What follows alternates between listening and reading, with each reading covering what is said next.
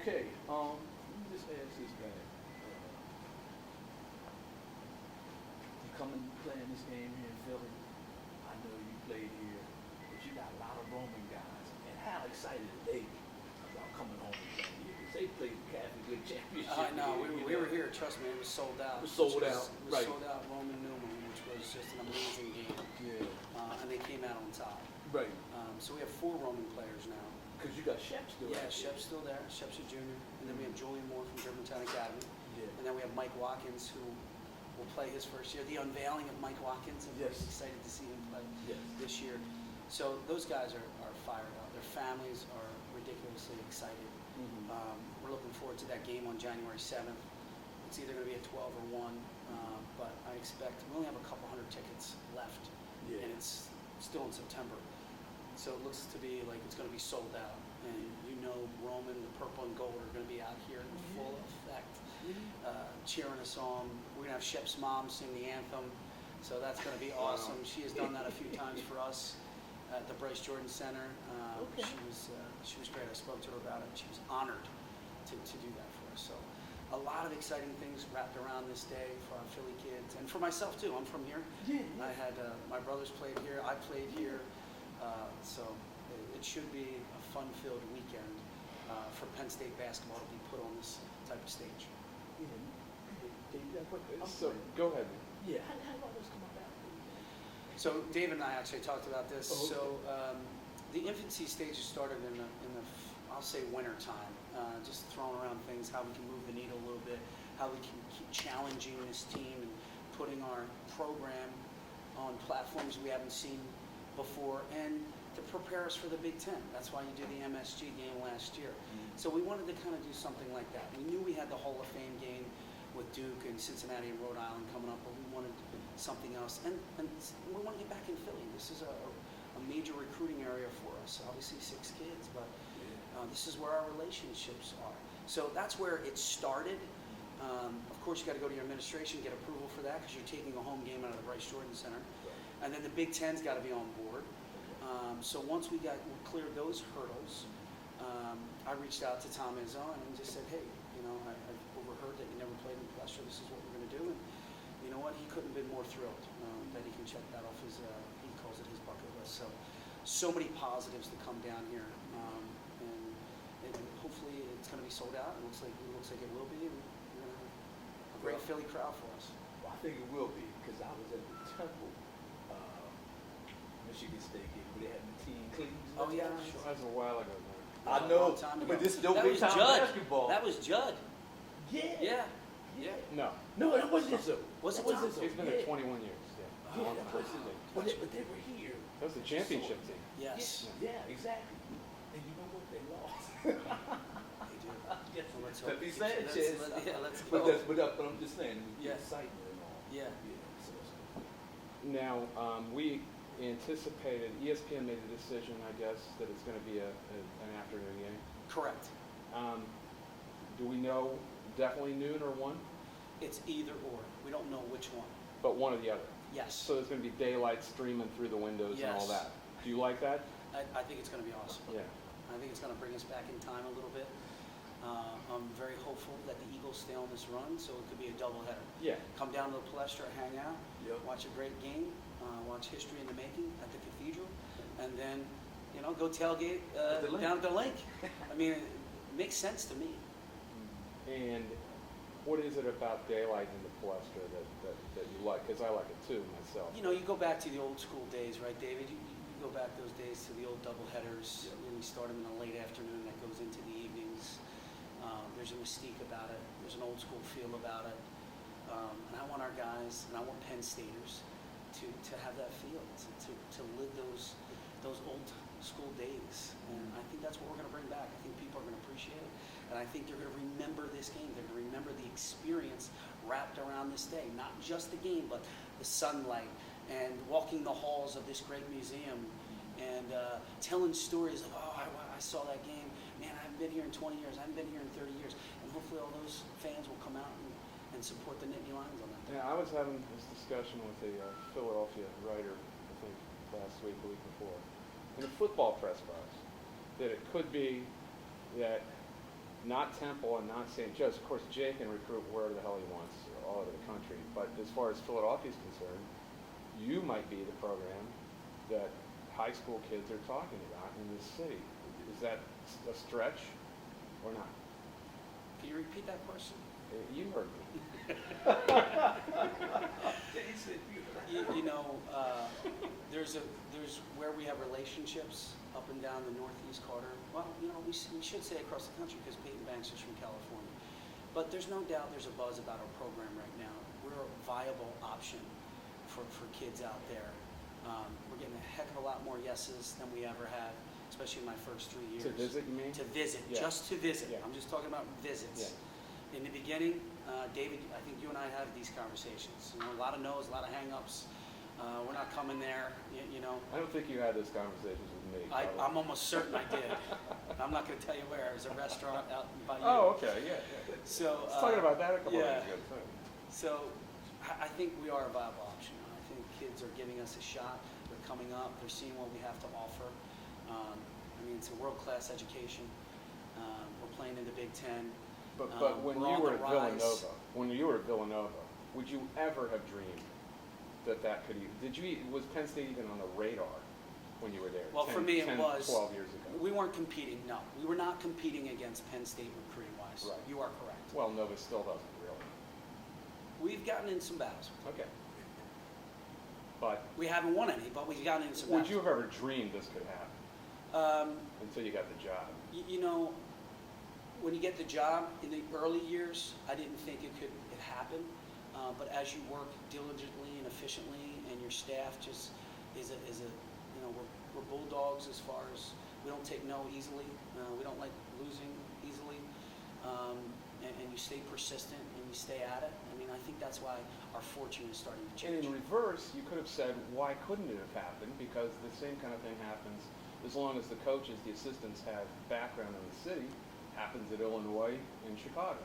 Absolutely. Happens in other places in the city that's 100 miles away. Well, I would even say it happens for football, so why can't it happen for us? Okay, that way too, yeah. Yeah. Well, if football can do it, and they've had so much success doing it, well, why can't basketball? I think we just had to have those relationships that you're talking about. You know, because of where I grew up and what I've been through, playing in Sunny Hill, you know, being around the Big Five schools, all that stuff, or the City Six actually. Because I did go to Drexel for 1 year. A lot of people don't know that. Didn't play, but Eddie Burke was there at the time. Yeah. And then I played for Herb McGee, who was a Hall of Fame coach. And then you get to play for Jay Ryder for 5 years during some of the most successful 5 years of his tenure. Those relationships help me today and where this program is. Did you see what Tom said to me about, I don't know if this was backhand or what it was, but he said, yeah, I've been talking about this, you know, to Jay for a while, and then I talked to Phil, but, you know, I didn't want to play him in there. But then he'll play you. Did you see that or not? I didn't take that as a backhand, but I could see, David, why you would. He's backhand. Knowing you now as well as I do. I did see that. Okay. And, you know, I think it's a great opportunity for us, and I'm sure he appreciates that. We're taking him back here. Let me ask you something.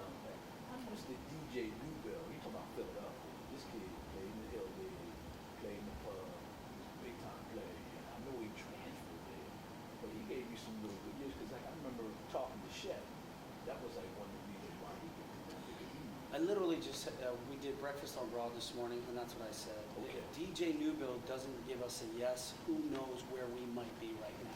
Yeah. But he gives us the yes, and he paves the way for other Philly kids, inner city kids that come up to Penn State and give us a hard look to say, can I make it here? Can I handle the academics? I know I can play in this league, but everything had to match up.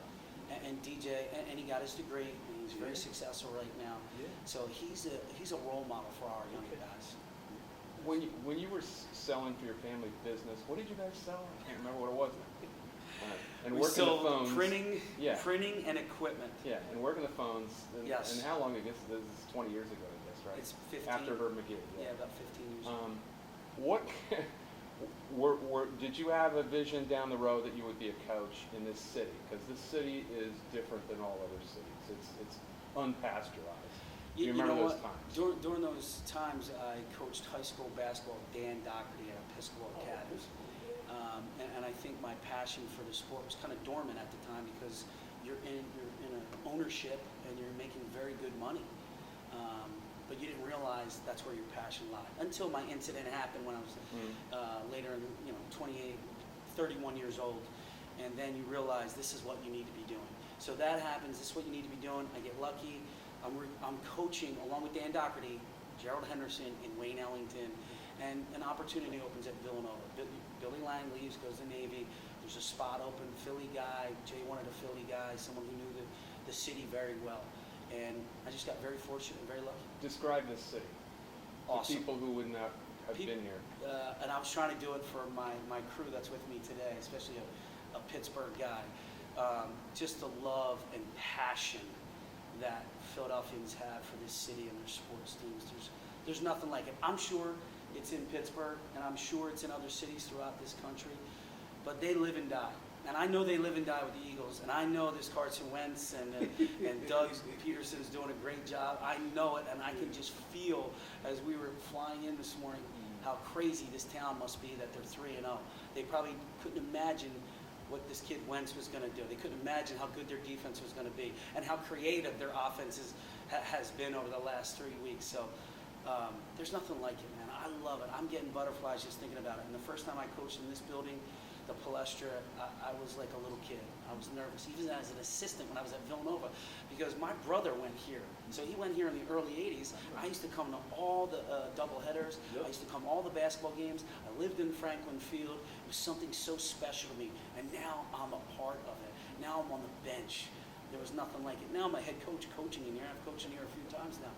So that's going to be a special day on January 7th. Did you ever see Invincible? Of course I did. Did you think that did a good job of the kind of Absolutely. Yeah. I mean, he did. Mark Wahlberg did an awesome job of being a Just kid from South describing the Philly. city, yeah. He did an awesome job. Took a little liberty. It's a blue collar town, man. But they want winners, and they want hard workers. If you don't work hard, they're not going to have time for you. But if you're going to give them everything you got, and you're going to go out there and give it your all and risk yourself, they're going to appreciate that, and they're going to love you, and they're going to wrap your arms around you. And for me, that's the way I was brought up. With the past few years, you've definitely established the Philly pipeline. You talked about the recruiting ground. Is there a difference now that it seems like it's built and now you have to maintain it? Is there kind of a different approach now that you're kind of you're not really the new kid on the block anymore? The only thing that's changed is the yeses that we're getting, the kids that we're getting on campus is great. We used to have to do groups of kids. We might not have to do as many groups now. We still want to do that. We don't want to change totally from the footprint that we started with because it's gotten us to this point. But the fact that people know who we are and the fact that people want to come up now is huge for us. But we want to build a program that's consistent.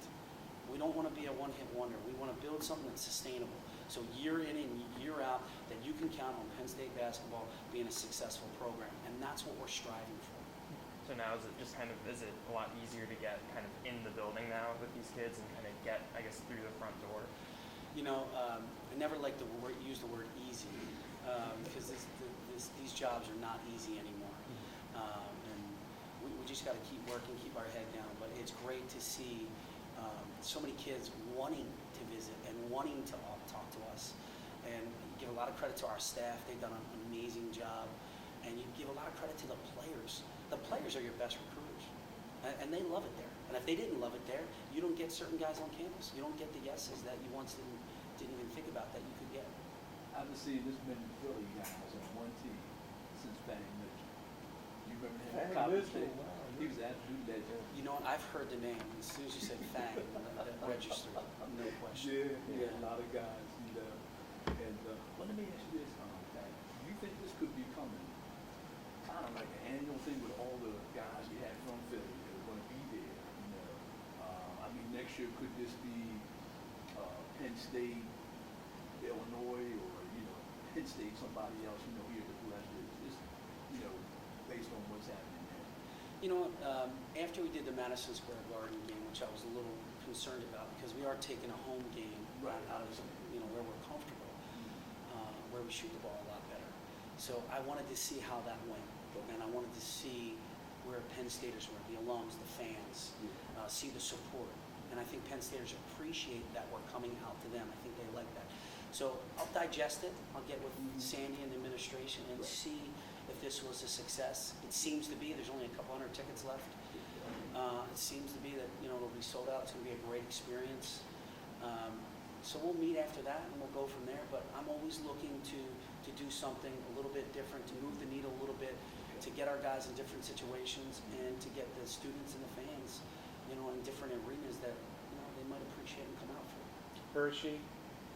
Like Hershey, David and I have been talking about Hershey. It's definitely something that we're going to talk about, and we're going to see if it fits our schedule next year, possibly next year. If it doesn't fit the date, because there's things that go on at Hershey as well. Like Don said, another Big Ten game. Cause we could possibly do that, or a really good non-conference game. Because our non-conference is as good as the year, 2001 maybe better. I mean, you would know that, or DJ. What do you think, DJ? It's close. Yeah, it's got to be up there with one of the best non-conferences. He wasn't there then. So He that's why I didn't see said the to glory you. years. That's why I He had no idea. That's good stuff. I mean, what was the last college game there, Pat? I remember, I know Temple played Hershey? in Hershey College game. Oh, it's 92. Was it Penn State, Penn? Penn State Penn, correct. Guess who's the point guard on that team? One Paul Chambers. No kidding. Yes. Yes. Now that's your They oldest, won the game, Your oldest and then the brother? It's my no. I'm I one of can't 12. remember. Okay. So he's number 11. I'm Okay. 12. He's 11. All right. So great story. They think they win the game. Yeah. The refs bring them back out. Yeah. They have to win in overtime. They have to They win won. twice. Yeah. Yeah. No kidding. Yeah, I that's was true there. story. I was Yeah, there, yeah. true story. Yeah. That was, but that's not in the same arena. You're gonna It's be in gonna a be giant different, but center. same area. Yeah. Okay. Yeah. That'd be great. No, that's good. Thanks for coming out today. We'll see you January 7th. Yes.